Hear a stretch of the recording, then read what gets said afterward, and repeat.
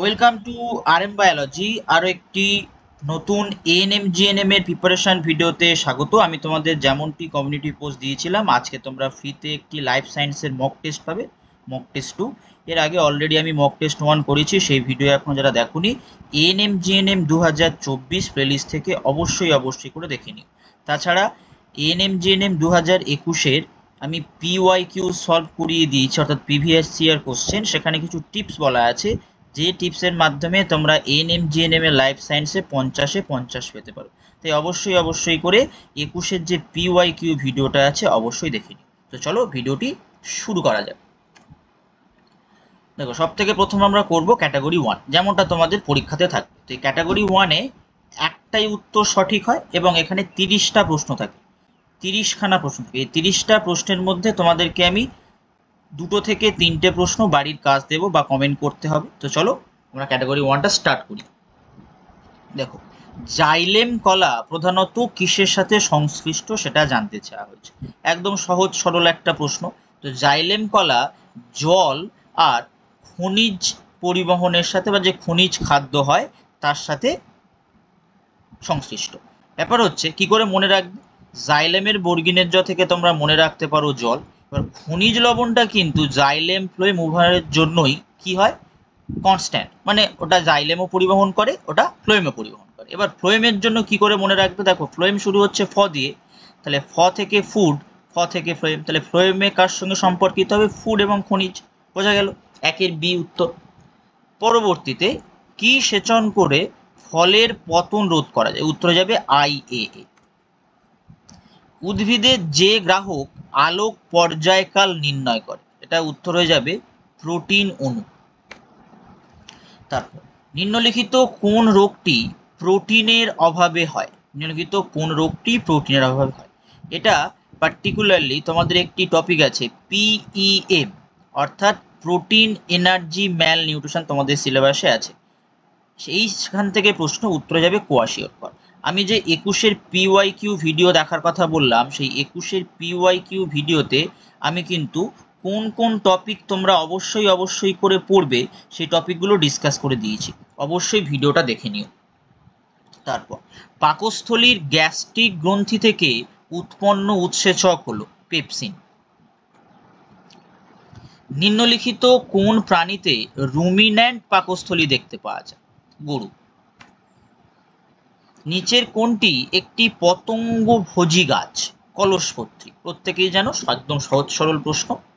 পরপর দুটি নিউরনের সংযোগস্থলে উপস্থিত কি থাকে, তো পরপর দুটি নিউরনের সংযোগস্থলে কি উপস্থিত দেখতে পাবো, আমরা নিউরো ট্রান্সমিটার কি উপস্থিত থাকতে দেখতে পাবো।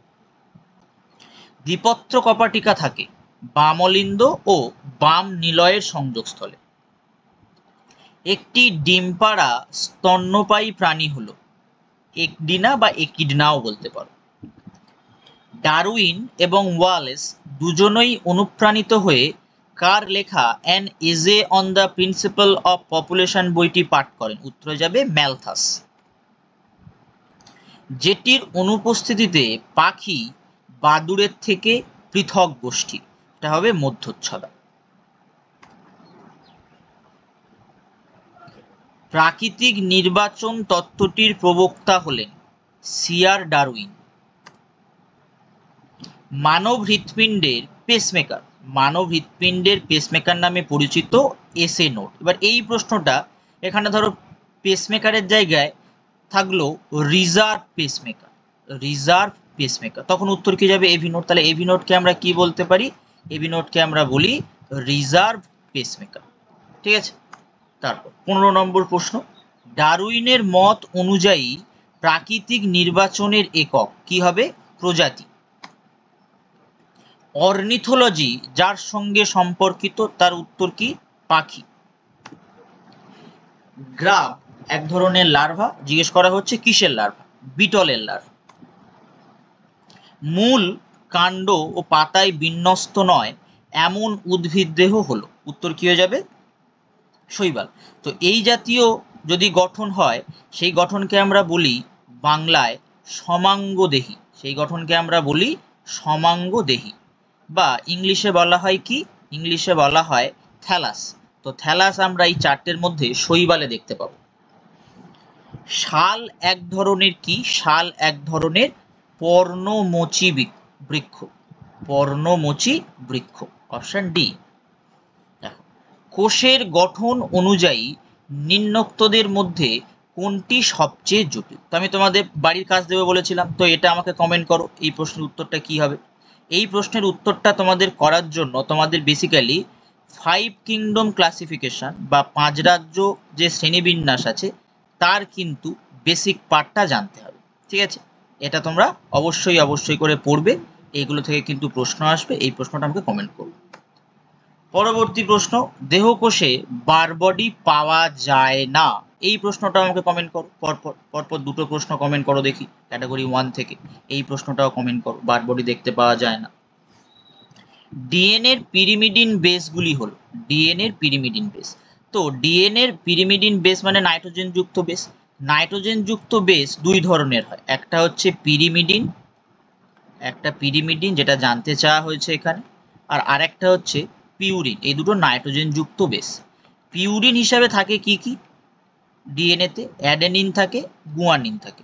আর পিরিমিডিনে কি থাকে? পিরিমিডিন হিসাবে সাইটোসিন থাকে আর থাইমিন থাকে। দেখো কোথায় আছে, অপশন ডি তে আছে।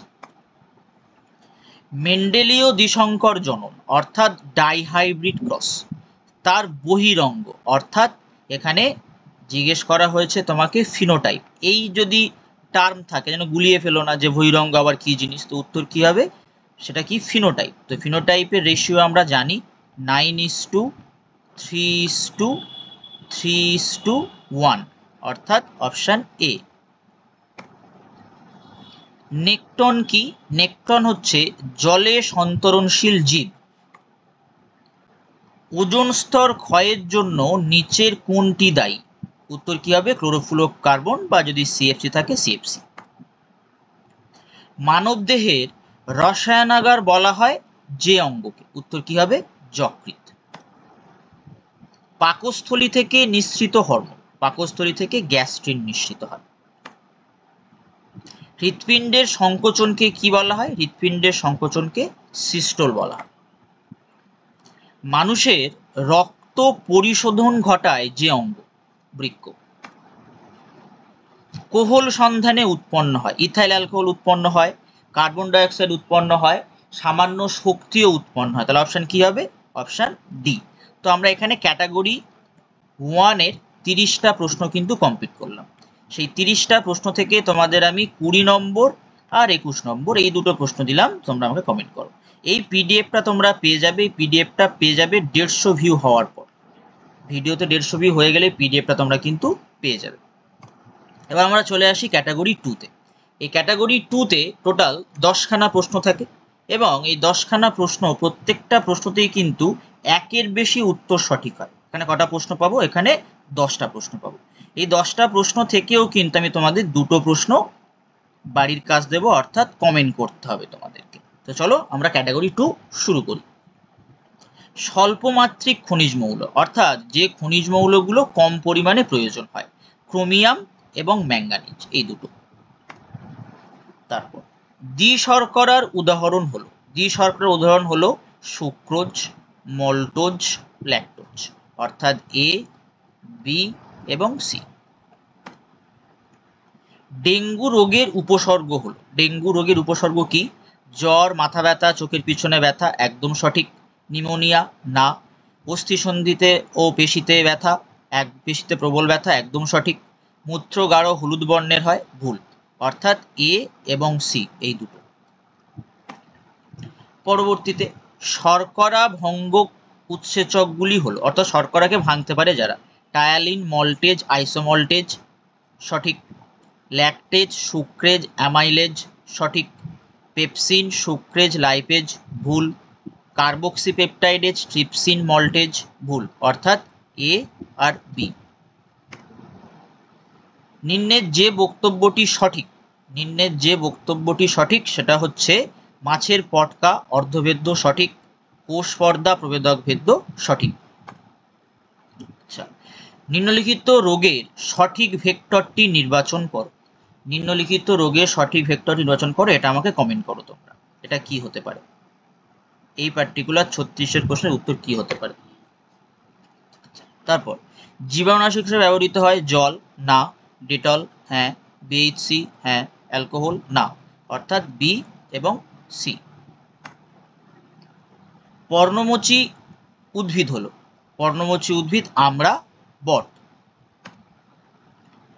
এস্টিভেশন দেখা যায় নিম্নের যে প্রাণীতে, এটা আমাকে কমেন্ট করো দেখি। এস্টিভেশন দেখা যায় নিম্নের যে প্রাণীতে, আমি দুটো তোমাদের কাজ দেবো বলেছিলাম, দুটো কাজ দিলাম, এটা কমেন্ট করো। লাস্ট প্রশ্নে আমরা চলে এসেছি। সিগময়েড কার্ভের দশাগুলি হলো ল্যাগ দশা, হ্যাঁ। লগ দশা, হ্যাঁ। মন দশা না, ঋণাত্মক দশা না। অর্থাৎ এ আর বি।